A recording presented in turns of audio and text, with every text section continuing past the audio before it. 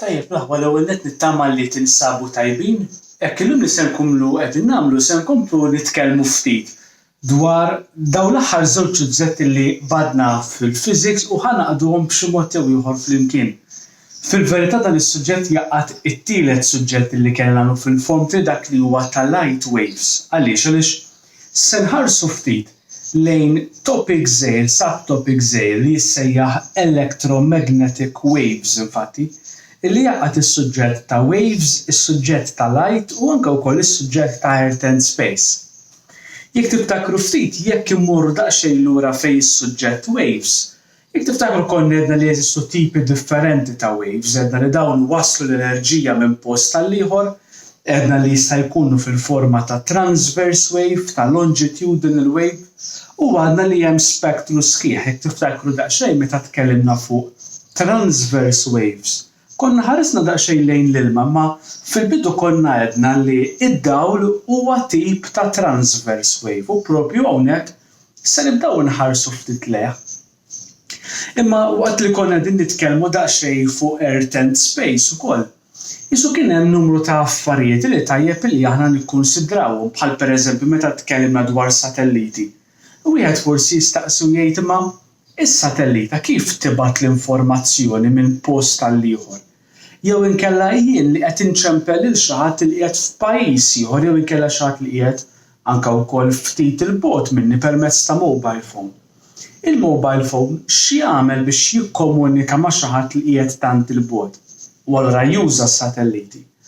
Jew inkella forsi ġieli issa wkoll jidħol żmien is-sajf naraw it-temp u forsi jitkellem dwar dak li jgħidulu il-UV index, l-ultraviolet, xi ħaġa donnu marbuta max-xemx. U allura dan is-suġġett electromagnetic waves se jiġbor dan kollu flimkien. L-ewwel nett tajjeb illi nżommu f'moħħna li ċertu waves qegħdin qishom parti minn familja sħiħa. Infatti llum se nsemmu l-lista ta' din il-familja ta' waves illi għandha ċertu features li huma komuni. Din il-familja ta' waves flimkien insejħula electromagnetic waves. Forsi wieħed jgħid din għalija hija kelma ġdida, jew inkella din il-familja ta' waves x'tista' tkun ilma, sound. L-ewwel qed l-ebda waħda minnhom, imma kif ħanaraw daqsxejn waqt li nibdew insemmu din il-membri ta' din il-familja sħiħa ta' waves, ta' dan l-ispektru ta' waves, se ninnotaw li wħud minnhom bħala kliem ġieli smajniehom. U allura tajjeb illi aħna f'dan is-suġġett li se nkunu qegħdin nagħmlu hija xi ftit affarijiet li tajjeb li wieħed jiftakar. Daw il-membri tal-familji x'inhuma, li huma x'isimhom waħda wara l-oħra, xi differenzi li għandhom bejniethom u għal xiex jintużaw fil-ħajja ta' kuljum. Kif semmejna daw il-waves jinġabru taħt qisha familja jew inkella ngħidulu spektru ta' waves. U għaliex jinġabru taħt din il-familja għaliex dawn flimkien għandhom ċertu karatteristiċi li huma komuni bejniethom. Infatti, daw il-waves kollha li se nsemmu bejn wieħed ieħor jobdu dawn l-erba' features. L-ewwel nett, daw il-waves kollha jistgħu jgħaddu minn vacuum, jiġifieri jistgħu jgħaddu minn empty space. Mela jekk jien għandi satellita illi din qed tibgħat xi informazzjoni qiegħda fl-ispazju lejn id-dinja, ovvjament mhux se tuża l-ebda medium għaliex ħafna drabi jkun hemm spazju li huwa void. Allura tibgħat l-informazzjoni permezz ta' dawn it-tip ta' sinjal, ta' dawn it-tip ta' waves, parti mill-electromagnetic spectrum li kapaċi jgħaddu anke wkoll minn vacuum, minn empty space. Din il-familja ta' waves tobdu wkoll it-tieni feature illi tgħid illi dawn kollha kemm huma sejrin jimxu with the speed of light. Dak illi aħna issa kemm il-darba semmejnieh ma' 300 million meters every second. Mela daw il-waves li sejrin insemmu llum din il-familja ta' waves kollha kemm huma jistgħu jgħaddu minn vacuum, kollha kemm huma jimxu bi speed of light. It-tielet feature li daw il-waves li se nsemmu llum jobdu Hija din il-feature li tisgħid li huma kollha kemm huma transverse waves. Jiġifieri illi s-sinjal li qegħdin jgħaddu ma ninsewx illi l-enerġija tkun 90 degrees mad-direction ta' il-fejn hija sejra dik il-wave.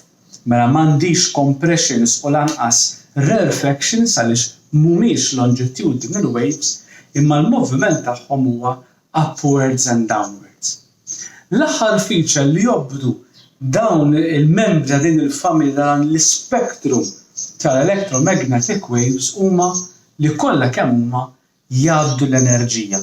U sa ċertu punt dan huwa ovvju dan il-feature għaliex aħna konna għedna li kull tip ta' wave qed twassal l-enerġija minn post tal-ieħor bħalma kien l-ilma bħalma kien is-sound.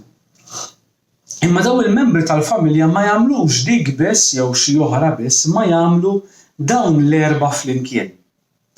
Allura wieħed jista' jgħid pereżempju allura water waves huma parti minn din il-familja? Le, għaliex?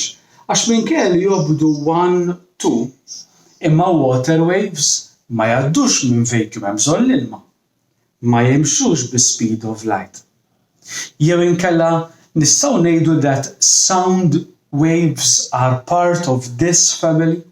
Lanqas għaliex number 1 is-sound bil-fors għandu bżonn medium. Vacuum għedna li sound ma jgħaddix, mela dan żgur li le. They travel with the speed of light. Lanqas anzi konna għedna li sound għandu l-speed of sound ta' 330 meters per second. Sound mhuwiex transverse wave anzi huwa longitudinal wave. Ovvjament jgħaddi l-enerġija minn post tal-ieħor mela lanqas sound mhuwiex parti minn dan il-familja. Il-familja li se nkunu qegħdin insemmu issa mela jagħmlu dawn l-erba' affarijiet. L-ewwel waħda hija they travel through vacuum, they travel with the speed of light, they are all transverse waves and they all transfer energy. Din il-familja, il-kelma flok familja ħanibdew nużaw il-kelma spectrum, firxa. Huma dawn il-waves illi għandna hawnhekk. Uħud minnhom żgur li bħala kelma ġieli smajnija. Għandek il-kelma radio waves, microwaves, infrared waves, light waves id-dawl, ultraviolet waves, X-rays u gamma rays.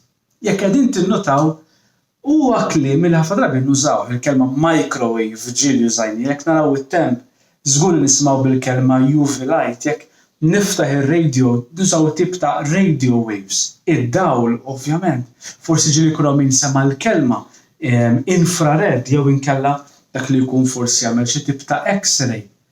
Ara dawn kollha wara xulxin hekk kif huma, dawn huma parti minn din il-familja jew inkella dawn insejħulhom kollha l-isem ta' din il-familja huwa electromagnetic waves. Dawn kollha kemm huma jagħmlu dawk l-erba' features li semmejna mela dawn kollha huma kollha transverse waves, dawn kollha għandhom l-speed of light, dawn kollha jgħaddu minn vacuum u dawn kollha iwasslu l-enerġija minn post tal-ieħor. X'hemm allura differenza bejniethom? L-ewwel nett, id-differenza bejniethom dawn ta' hawnhekk hija prattikament fuq 3 affarijiet. L-ewwel waħda hija il-wavelength tagħhom. Infatti, iktar ma mmorru lejn il-gamma rays, il-wavelength hija verament żgħira, ġifieri wave hija żgħira. Jekk biex tajjeb ikollna daqsxejn idea, pereżempju dak il-membru tal-familja li sejjaħnilu gamma ray għandha wavelength ta' 1 billionth of a millimeter, ġifieri immaġina millimetru taqsama f'biljun biċċa. Filwaqt li l-frekwenza tagħha hija frekwenza kbira, jiġifieri the number of waves in 1 second huwa kbir. Mela iktar ma mmur lejn il-gamma radiation għandu wavelength żgħira ma' frekwenza kbira. Iktar ma jiena mmur minn gamma ray qed nimxi bil-kontra dak li semmejthom l-ewwel. Għandna mbagħad minn gamma ray għal X-ray, ultraviolet, li qed jiġri l-wavelength tikber u the number of waves in 1 second sejra tonqos. Tant li fejn għandi pereżempju radio waves, one radio wave tista' tkun kbira daqs muntanja, daqs għolja. Il-frekwenza tagħha hija ħafna iktar differenti, ħafna iktar żgħira kkumparata mal-oħrajn.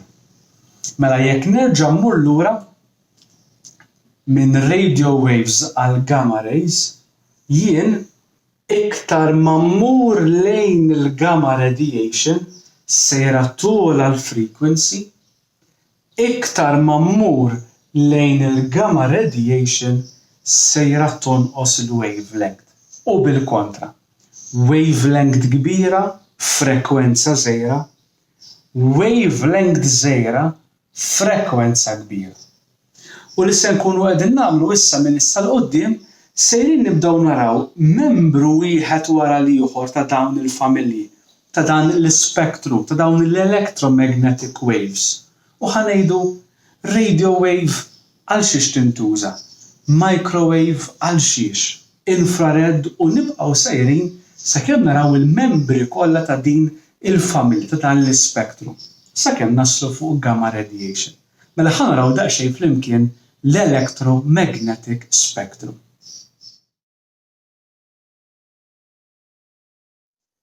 Tajjeb, l-ewwel membru ta' dan l-ispektru ta' din il-familja għedna li jisimhom radio waves. Infatti warajja li se jkolli għandi il-familja kollha l-ispektru kollu ħanibdew nimxu waħda wara l-oħra.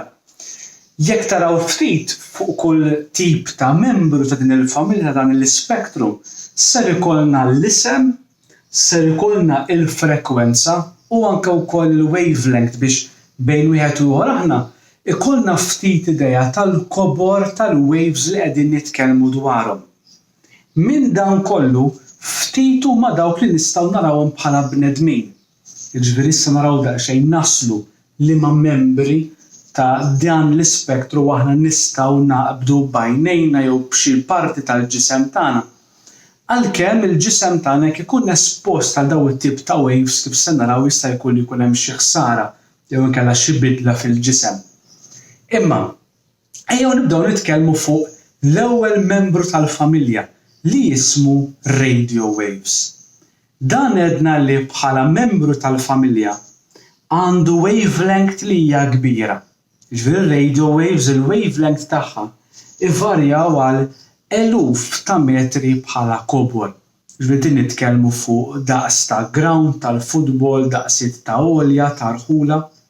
Infatti hija waħda mir-raġunijiet ukoll għaliex wieħed jista' jisma' ir-radio minn irħula u postijiet differenti.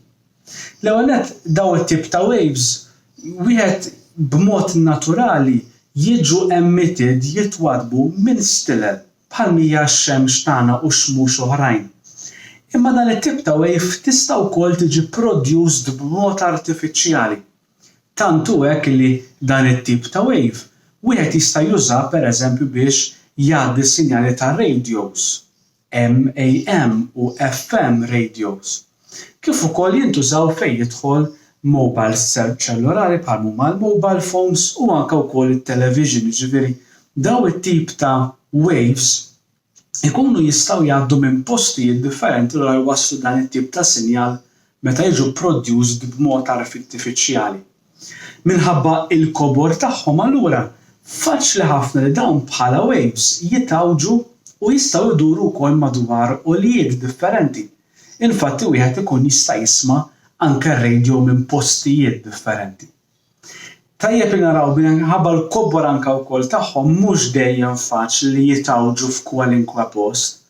Infatti forsi ġieli kontu għaddejjin bil-karozza ma' xi ħadd u tkun qed tisma' r-radio u mbagħad tgħaddu minn taħt mina u donnu f'daqqa waħda is-sinjal tar-radio hemmhekk jintilef. Infatti r-raġuni hija li minkejja dawn it-tip ta' waves they can bend diffraction jekk tiftakru ftit, imma diffiċli ħafna li ssir f'post żgħir bħal huwa f'mina. Dawn it-tipi ta' waves allura ikunu iktar mbagħad diffiċli li wieħed ikun jista' jgħawġhom minħabba iktar ma jgħaddi nidħlu lejn membri oħrajn tal-familja il-wavelength imbagħad tiċkien.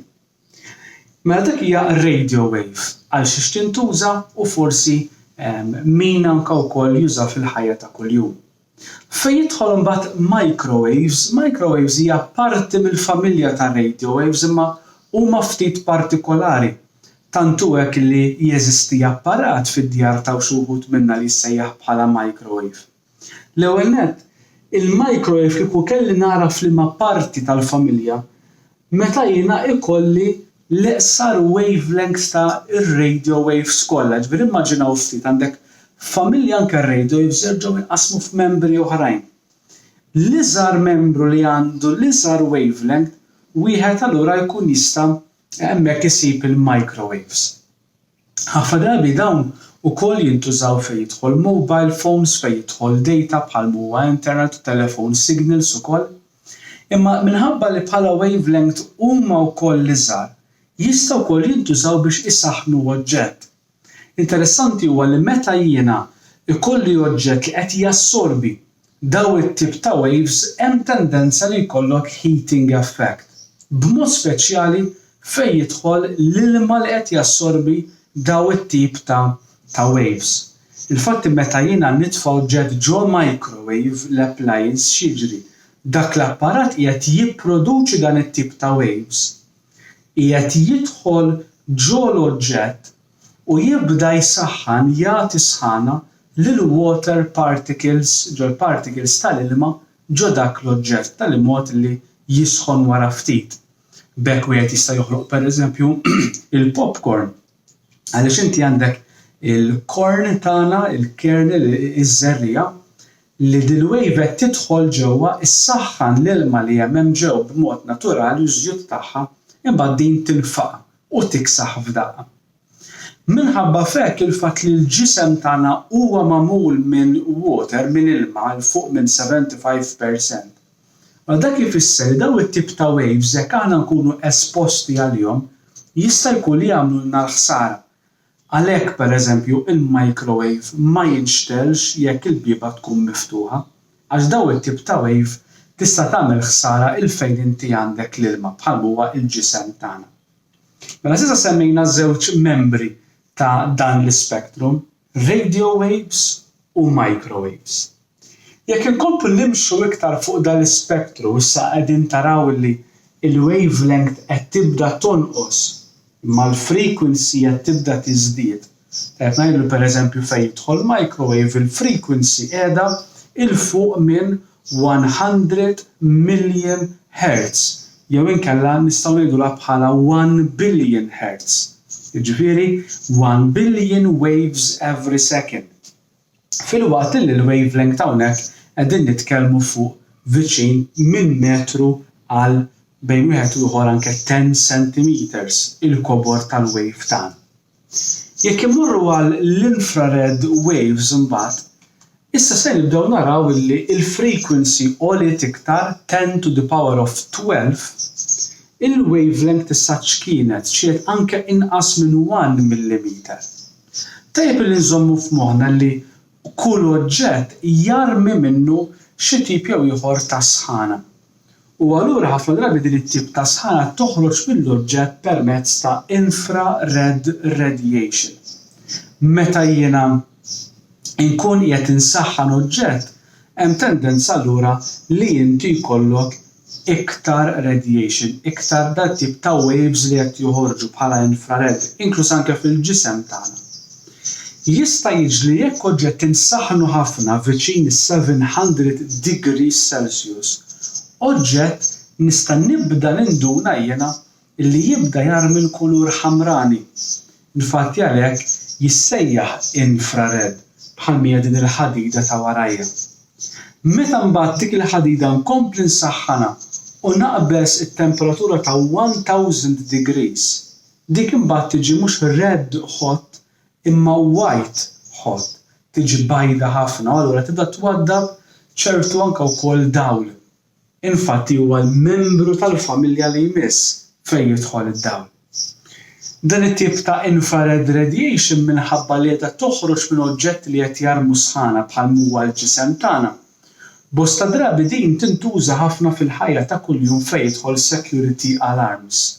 Għaliex jeżistu tipi ta' infrared cameras, jiġifieri jkollok kamera li kapaċi taqra daw il-waves li qed joħorġu minn oġġett li jkun jaħraq. Allura inti jew nimmaġinaw għandek ħanut flaxija li ġo fih ma jkollok il-ħadd. Allura t-temperatura pjuttost hija stabbli. Imma jridu f'hemm minnhom jidħol persuna ġo dan il-ħanut u wara x'jagħmel din il-kamra tibda taqbad li hemm ġew daħlet iktar sħana permezz ta' dan it-tip ta' radiation għax hija narmi minni dawn it-tip ta' waves, dawn it-tip ta' sħana, infrared radiation. Allura mbagħad iddoq l-alarm li daħal xi ħadd. Jiġifieri anke wkoll jissejħu thermal cameras, thermal tfisser heat, sħana. Din it-tip ta' radiation ukoll tintuża biex jingħataw sinjali jew inkella jintużaw minn remotes. Infatti kemm ir-remote li għandi f'idejja li bija tinqallab il-presentation u anke wkoll ir-remotes tat-television, is-signal li jwaddbu mir-remote tat-television hija permezz ta' infrared radiation twaddab dan il-waves biex bekk jikkomunikaw huma ma' xulxin. Il-membru tal-familja li jmiss huwa membru li għalina huwa importanti ħafna għaliex huwa l-unika tip ta' waves, l-unika tip ta' membru tal-familja li aħna l-ġisem tagħna kapaċi jaqbad, li huwa visible light. Huwa l-unika membru f'dan l-spektrum sħiħ illi aħna nistgħu naqbduha permezz ta' għajnejna. U allura f'dan l-spektrum fih hemm awsalla ta' kuluri. Infatti għalhekk huwa importanti għax grazzi għal daw it-tip ta' waves li għandhom wavelengths differenti jkollna kuluri differenti. U allura dak li naraw madwarna huwa taħlita ta' dawn il-waves flimkien, ta' dawn il-kuluri flimkien. Red, orange, yellow, green, blue, indigo u violet. Jekk tinnutaw ftit, l-ewwel membru ta' din it-tip ta' familja huwa red, infatti qablu semmejna dak li sejjaħnilu infrared, l-aħħar membru tal-familja huwa violet. Infatti il-membru li jmiss għandu dan il-kulur ġewwa fih. Jekk ninnutaw daqsxejn, meta nitkellmu fuq id-dawl ukoll u nitkellmu anke fuq il-qawsalla, rainbow, ninnutaw li l-qawsalla id-dawl huwa magħmul minn dawn il-kuluri kollha. Forsi l-esperiment li hawn madwarna nitkellmu fuq meta nitkellmu fuq light energy jissejjaħ li jiena għandi id-dawl abjad ngħaddih minn prism u jinfetħu dawk il-kuluri kollha. Infatti jissejjaħ dispersion of light qed niftaħ il-kulur bajdani u nara l-kuluri kollha illi ġejjin minnha. Infatti tajb nitaw li x-xemx daw it-tip ta' waves twaddabhom kollha u għalhekk inkun nistgħu naraw il-kuluri kollha. Immaġinaw fil kieku x-xemx kellha twaddab kulur wieħed minnhom biss, bħal huwa l-kulur ħamrani, jridu twaddab il-kulur aħmar biss. Kieku naraw aħmar biss fil-ħajja tagħna. Imma hawnhekk qegħdin nitkellmu ftit issa dwar spektru sħiħ ta' kuluri. Semmejna l-kelma violet u warajh jiġi mbagħad dak ngħidulu ultraviolet. Forsi żewġ affarijiet innutaw daqsxejn li issa il-frekwenza kull ma jmur qiegħda tikber u l-wavelength qiegħda tiċkien. Infatti hawnhekk qegħdin nitkellmu fejn inti jkollok madwar 1 centimeter kważi taqsmu f'miljun biċċa biex naraw kemm hija żgħira il-wavelength tagħna. L-ewwel nett jista' jkun li oġġetti li huma tant jaħarqu bħal mija x-xemx illi dawn iwaddbu mhux biss infrared radiation, visible light, imma anke wkoll iktar minn hekk, xi ħaġa mbagħad li għajnejna ma tkunx tista' tarahom. Jissejħu ultraviolet, iktar minn vjola. Jew inkella UV, forsi għalhekk tfakkarna iktar fit-temp. Imma xi li wieħed joqgħod attent hija din illi dan it-tip ta' radiation, daw it-tip ta' waves, minħabba anke wkoll iċ-ċokon tagħhom, jista' jkun li jibdew jagħmlu ħsara lil ċelloli li huma ħajjin bħal huma ċ-ċelloli tal-ġisem tagħna. B'hekk kif hawn hawnhekk warajja qed inżidu ftit iktar issa attenzjoni, qegħdin nitkellmu fuq xi ħaġa kemm xejn perikoluża għall-ġisem. Minħabba f'hekk il-ġisem tagħna kapaċi jiġġieldilha. L-ewwel nett id-dinja għandha load zone layer għall-grazzja tal-Alla qiegħed hemm biex innaqqas din it-tip ta' radiation mix-xemx. Imma l-ġisem tagħna l-kulur tal-ġilda wkoll isu jiffiltra daw il-waves li huma deħlin. Infatti min għandu ġilda skura jassorbu ħafna mill-ultraviolet qabel ma din ir-radiation tidħol fil-fond fil-ġisem tagħna. Min għandu l-ġilda tiegħu fer iktar bajdanija, hemm tendenza li din it-tip ta' filter fil-ġisem stess ma tkunx daqshekk b'saħħitha, allura hemm tendenza li daw it-tip ta' persuni jista' jkun li jimirdu mbagħad bħalma skin cancers. Għalhekk iktar ma jkun għoli il-UV index, l-ammont ta' UV tax-xemx, iktar hemm tendenza li tkun perikoluża fil-ġisem għall-ġisem tagħna għaliex ma jiffiltrax daqshekk u dik tista' tagħmel ħsara liċ-ċelloli b'tali mod li jinħoloq anke wkoll cancers. Forsi xi ħaġa marbuta ma' ultraviolet ukoll hija il-fatt li dan it-tip ta' wave teqret living cells, allura mbagħad għandha xi ħaġa pożittiva tagħha. Dik li wieħed jista' jeqret ċelloli oħrajn bħal huma bakterja. Allura inti tista' tagħmel apparat titfa' fuqu daw l-ultraviolet radiation, ultraviolet rays toħolqu inti b'mod artifiċjali u jibdew jinqatlu imutu l-bakterja li hemm fiha. Huwa tip ta' sterilization qed innatfu b'mod kemm jista' jkun tajjeb. ċertu insetti bħal huma anke wkoll in-naħal u anke wkoll id-dubbien dan it-tip ta' dawl jarawh, kapaċi jarawh. Infatti jekk ġiet tidħlu ġo postijiet ta' ħwienet bħal huma tal-ikel, bħal huma pereżempju fejn wieħed ibih il-perżut jew il-laħam jew inkella l-ġobon, jistgħu jkollhom apparati mdendel li jarmi dawl vjola. L-iskop tiegħu huwa li n-nemus, id-dubbien u affarijiet oħrajn, insetti oħrajn imorru lejh għaliex jinġibdu lejn dan it-tip ta' dawl xi ħaġa li aħna ma narawhiex, imma mbagħad hekk kif imiss mal-apparat jieħu xokk u jmut hemmhekk kollu tibda teqret anke d-dubbien jew in-nemus li jkollok. Xi ħaġa wkoll interessanti dan it-tip ta' dawl jintuża wkoll f'investigazzjonijiet jeżisti powder. Dan il-powder jixel jarmi id-dawl minnu jekk jaqa' fuqu ultraviolet light bħalma nagħtaw warajna. Allura ċertu investigaturi jużawh fuq oġġetti biex jaraw pereżempju fejn ikun miss ħallel u ma jkunx mess. Wara ultraviolet light il-membru tal-familja li jmiss huwa il-membru jsejjaħ X-ray. Issa jekk forsi wieħed jħares daqsxejn lejn dal-X-ray jinduna issa l-frekwenza għoljiet qed jitkellmu fuq 10 to the power of 19 Hertz, 10 u 19 0 waves every second. Il-wavelength hawnhekk issa hija verament żgħira, ġifieri din nitkellmu fuq kważi 1 centimeter tibda taqsmu fuq biljun biċċa. Araw kemm il-wave hija żgħira. Minħabba li hija żgħira daqshekk hija kapaċi li din tippenetra iktar, tidħol iktar il-ġewwa.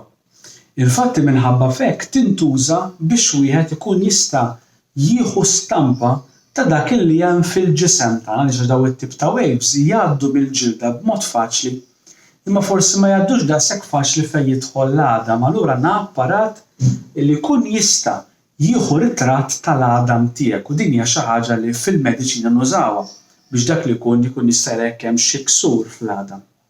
Imma kif għandi anke wkoll warajja hawnhekk issa l-periklu qiegħed jiżdied xi ftit. Għaliex? Għaliex bħalma kellna l-ultraviolet radiation li tagħmel ħsara liċ-ċelluli hawnhekk issa ħsara tkun ħafna iktar kbira.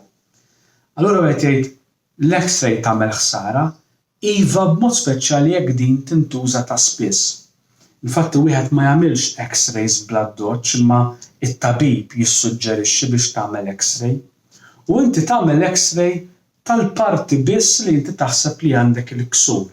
Infatti l-kumplament tal-ġisem ħafna drabi jagħtuh biċċa ċomp jew inkella tkun libsa jew qisha mħadda biex inti tagħti partijiet oħra tal-ġisem li m'għandekx għalfejn tesponihom, tħallihom miftuħin għal X-ray waves li jista' jkun jagħmluhom il-ħsara. Infatti, nies li jaħdmu fl-isptar li jieħdu daw it-tip ta' ritratti ngħidulhom X-rays, ngħidulhom daw in-nies radiographers. Ma jaħdmux, ma joqogħdux ħdejn dal-apparat, imma ħafna drabi joħorġu mill-kamra, iħalluk waħdek hemmhekk, imorru ġu kamra oħra biex jkunu jistgħu jħaddmu l-apparat, kamra li tkun imdawra kollha kemm hija b'ħitan taċ-ċomp biex din radiation ma toħroġ anke wkoll il-barra. Apparti fejn jidħol materjal bħal huwa l-għadam, immaġini tintuża wkoll f'airports jew kellha f'investigazzjonijiet biex wieħed jara jekk jaqbadx weapons, armi fejn jidħol bagalji fil-airports jew fit-trasport. Minħabba li dawn huma daqshekk perikolużi jistgħu jagħmlu ħsara wkoll lil-living cells bħalma rajna tal-ultraviolet. Tal-imod li living cell jekk tkun esposta għal ħafna X-ray anke wkoll tiġi tibda tikkawża l-kanser. Imma min-naħa l-oħra beams konċentrati ta' X-ray jintużaw ukoll biex jittrattaw kanser.